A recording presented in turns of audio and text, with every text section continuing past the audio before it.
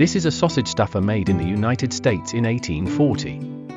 With just a gentle forward push, it can produce delicious sausages, making it an essential kitchen tool for European households. This machine is 175 years old. Except for a missing stuffing tube, all the metal parts remain intact without any signs of rusting through. This speaks volumes about the machine's outstanding quality. In this episode, our restoration expert is Xiu Ge from Romania. Xiu Ge bought this machine for $829 from an online auction and decided to restore it for his own kitchen. Do you think his purchase was worth it? Keep watching, there's an even more astonishing expense coming up. This machine was produced in the 1980s by a company called Knowles Mason in Boston, USA. From the disassembled parts, it's clear that both the materials and craftsmanship were top-notch for that time, showcasing the company's advanced manufacturing technology. With all the parts disassembled, it's time for the restoration. First, we need to recreate the missing stuffing tube. This is the most exciting part of the video. To restore the sausage stuffer, Xiu Ge went all out, using a large sheet of copper as the raw material for the stuffing tube. The copper sheet is annealed by heating to make it softer, enhancing its ductility. After cooling, it is put into a rolling machine to be bent into shape. After several rounds of this process, the flat copper sheet gradually forms a cylindrical shape. The next step is to finalize its shape and structure. A clamp is used to secure the entire piece while the surface is heated, allowing internal expansion to make the clamp fit tightly around the cylinder. After cooling, a round wooden stake is inserted to prevent deformation during welding. Before welding, the joint area is polished to increase adhesion. Instead of directly welding the seam, Xiu Ge first applies flux to the welding area. Then, he uses a copper strip as a filler. This method prevents the welding rod from melting and coming into contact with the meat inside, making the welding process more secure. After cooling, the clamp is removed, and the joint areas are polished for a smooth finish. Next, we move on to making the rear part of the stuffing tube, starting by machining its outer dimensions on a lathe. As a skilled restorer, Xiu Ge operates the lathe with ease. However, this process consumes a large amount of copper, proving that restoration is truly a hobby for the wealthy. After assembling the tube with the rear part, the fit is flawless, absolutely seamless. Xiu Ge's lathe skills are truly impressive. Next, he creates the front part of the tube and the supporting frame. With all the components fabricated, assembly is straightforward due to their perfect fit. The gaps are then filled using soldering. For the support frame, flux is applied to the joints before inserting a pin into the central hole to securely fix the parts together. Now, the stuffing tube is complete. Next, the surface is cleaned using sandblasting. Finally, a protective coating is applied. Judging by the final result, it's clear that foreign craftsmen have incredible hands-on skills. Now it's time to restore the track and other components, also using sandblasting to remove rust. After sandblasting, the surfaces are polished to remove burrs and ensure smoothness. To be environmentally friendly, Xiu Ge skips painting and instead applies a layer of green lacquer for protection, followed by a final treatment with linseed oil. There is also a missing wooden part here, so Xiu Ge showcases his woodworking skills once again. Once completed, a coat of wood wax is applied for protection, instantly enhancing the wood's texture.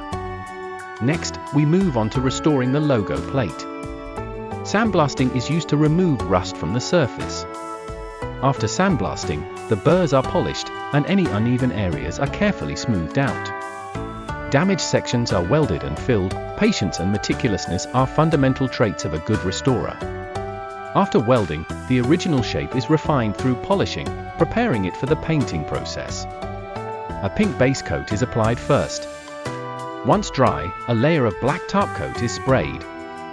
This dual-layer coating enhances the texture of the logo plate. The painted piece is then baked in a 180 degrees Celsius oven for 10 minutes. The final result is stunning. Now, let's move on to the handle. This handle is over 100 years old, yet it remains incredibly well preserved. It is placed on a lathe to remove surface dirt, and the edges are lightly refined. Then, fine sandpaper is used for polishing, followed by a coat of food-grade oil for a polished, glossy finish. What do you think of the restoration results? The handle shaft is severely rusted and no longer usable, so Xiu Ge decides to make a new one. With the help of the lathe and his expert skills, the new handle shaft is quickly crafted. Finally, it undergoes a nickel plating process to enhance its resistance to oxidation. The finished part looks just like a factory-made component. The handle and related components are then assembled. The two missing brackets on the base plate are also recreated. Now, it's time to restore the wooden base plate. As seen in the footage, there are numerous tiny holes and cracks, and one side is severely rotted. So, Xiu Ge decides to craft a new one. Although the restoration process is complex, Xiu Ge enjoys every step. He starts with a precisely cut wooden board, then follows a drawn outline, using various tools to remove excess material. This fascinating segment showcases another of Xiu Ge's talents. From sawing and chiseling to bonding and shaping, he handles each step with remarkable skill. He is truly a master of restoration. Once shaped, every detail is polished to perfection. A variety of tools are used, and the entire process likely costs tens of thousands. A planer is then used to create the edges, giving the base a more dimensional look. After final polishing, a layer of food-grade oil is applied. This protects against moisture and pests while enhancing the wood's natural texture. The final result is incredibly satisfying to look at. With all the parts restored, it's time for the final assembly. The wooden lid and guide rail are bonded together using epoxy resin. The machine operates on a simple principle: turning the crank moves the drive shaft, pushing the rail forward, which forces the ground meat through the stuffing tube. Before attaching the base, anti-slip pads are added to prevent movement during use. Then, the entire frame is installed onto the base. From start to finish, the restoration took 7 days. Including the initial $829 purchase and material costs, how much do you think it's worth now? Of course, this is just a hobby for Xiu Ge, and its value shouldn't be measured in money. With the final part in place, this 1840 antique sausage stuffer is officially restored. Let's compare the before and after. The transformation is stunning. This is not just a kitchen tool, it has become a piece of art. Now, it's time for the long-awaited test run. The stuffing tube can hold up to 5 kilograms of ground meat, and the machine looks like a sausage-making cannon. Before starting, a layer of food oil is applied to the nozzle for easy casing insertion. As the crank turns, beautifully plump sausages emerge, looking absolutely appetizing.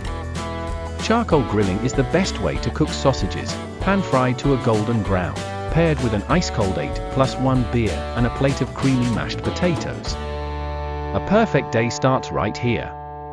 If you enjoy restoration videos, don't forget to like and subscribe. See you next time.